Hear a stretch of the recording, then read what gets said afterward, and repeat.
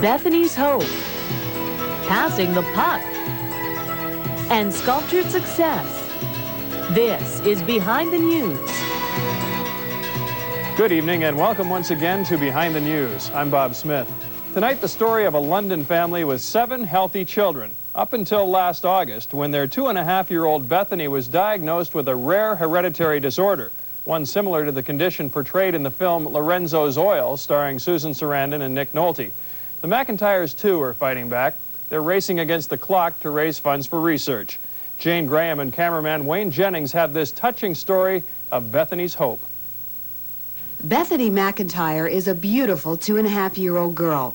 The youngest of 7 children, she began her life as healthy and active as any other youngster. She went on to learn her numbers and letters. She spent lots of time building her Lego, and she loved to watch the movie The Lion King. The words Lion King would be the last Bethany would ever speak. 6 months after this family portrait was taken, Bethany can only lie in her father's arms, the victim of a rare hereditary disorder called Metachromatic Leukodystrophy, or MLD. She was diagnosed with late infantile MLD last August. In Bethany's case, MLD, late infantile, is probably the most rapid deterioration of the central nervous system as you get. MLD is a disease of the myelin, a membrane which insulates every nerve of the brain and spinal cord and assures the conduction of nerve impulses.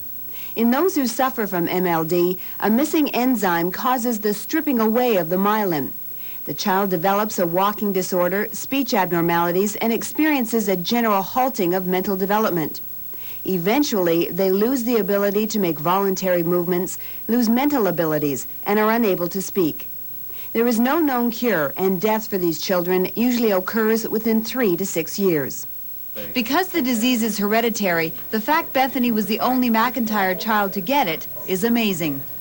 With 6 other children, and this disease never surfacing before, this was at the point when we were given the diagnosis was, there's no way. This can't be, there's a problem here. It must be something similar too, but it's got to be something else. I mean, it was almost daily. You lost a little more, right down to when she first stopped standing up in the crib, you know, and stopped feeding herself, or then the last bit of losing her ability to hold her bottle, and then really, of course, the swallowing, which is why she ended up with the G-tube.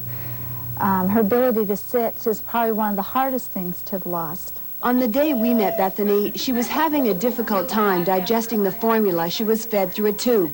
The result was constipation and gas. The pain seems too much for one so small to bear. The pain is also a source of frustration for Bethany's parents, who are often at wit's end as to what to do to help their daughter. I think the best approach every day with her is that there isn't any plan. There's no plan. Don't make plans because then you're disappointed. For the McIntyres, life has changed dramatically since Bethany's diagnosis. The family had just moved from London to Toronto last year when Dave was transferred with the RCMP. He then received a rare humanitarian transfer back to London in November, where the McIntyres feel the medical care is first-rate and close to home, which is of utmost importance when you have 6 other children who also need both parents. Bethany's disease has enabled Dave and Lindy to discover the true meaning of friends, many of whom have extended a helpful hand, whether it comes in the form of a casserole for dinner or a ride to the library for the kids. They also have nothing but praise for those in the medical community who have offered their help and support. Carol Ray is one of them. She practices therapeutic touch, an ancient healing technique used to manage pain and illness. Dr. Fabian Gorodinsky is another, who has made himself readily available to the McIntyres whenever the need arises. The problem with conditions like MLD is that the children deteriorate. This is not a static condition. This is also not a condition where the parents are going to see improvement. So I have to be very alert when things change, and be on the one hand supportive of the family, and on the other hand be in tune with what the needs are going to be for Bethany at that particular time when the deterioration occurs. Bethany's only hope lies in research currently being conducted at the University of Pittsburgh. Dr. John Behringer is working on a treatment that would replace the missing enzyme which is destroying Bethany's myelin. While this research is still in the experimental stage, there is a possibility human trials could begin soon, and Bethany is a good candidate. But research like this takes a lot of money, and the McIntyres are doing what they can to raise it. So we've said right from the start, we're not going to lose her without a fight. And if we can't fight medically, maybe we can help the medical people fight for us.